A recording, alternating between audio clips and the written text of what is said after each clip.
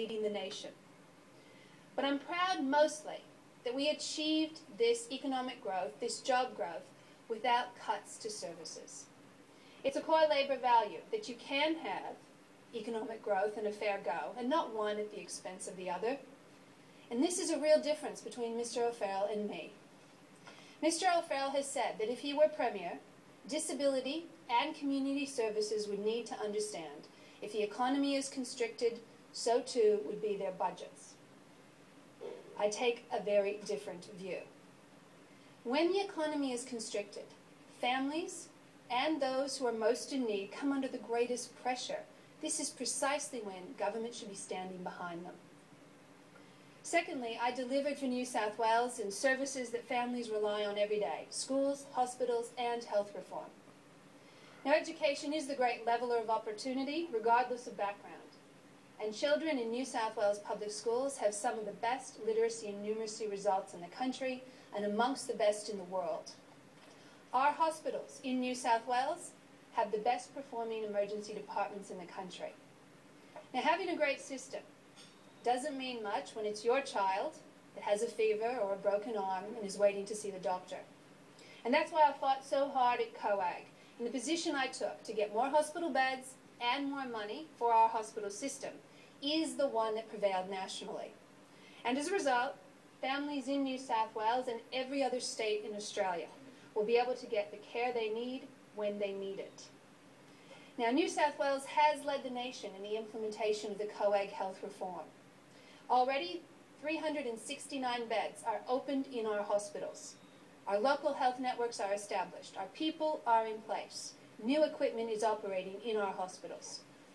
And this weekend, as we go to COAG, I have one goal, and one goal only: to ensure that New South Wales keeps the beds and the money that I secured.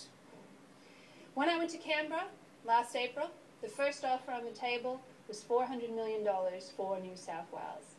I negotiated another $800 million, bringing home for our state $1.2 billion over the next 4 years and another $5 billion from 2014 onwards.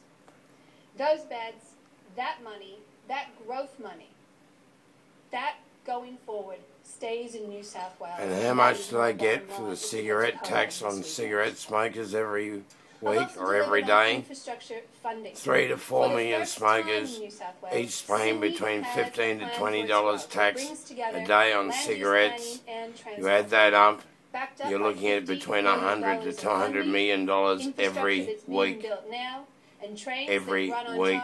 96%. No, sorry, every day. Now, just in tax for cigarettes. That's close to $800 million a week. I think there's something about the smoking tax and health tax that should be linked together, like they said years ago, that we were going to pay more for our tax on cigarettes to pay for the health portfolio.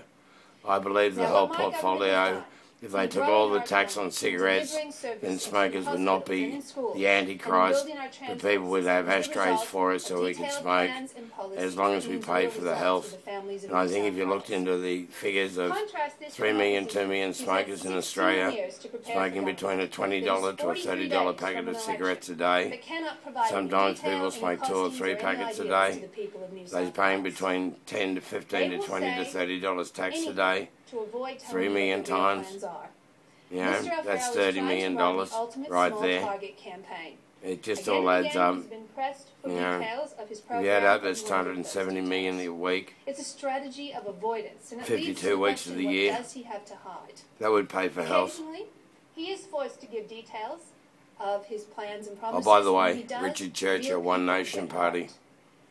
He will cut the Western Express rail line.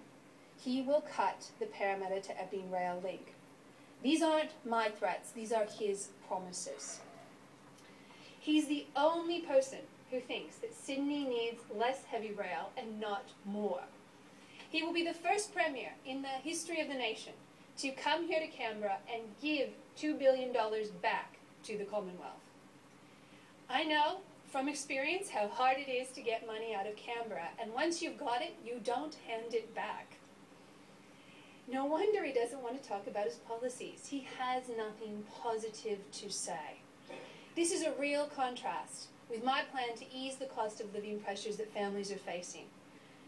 My Fairness for Families Act is a return to core labour principles, but is about addressing the issues of today.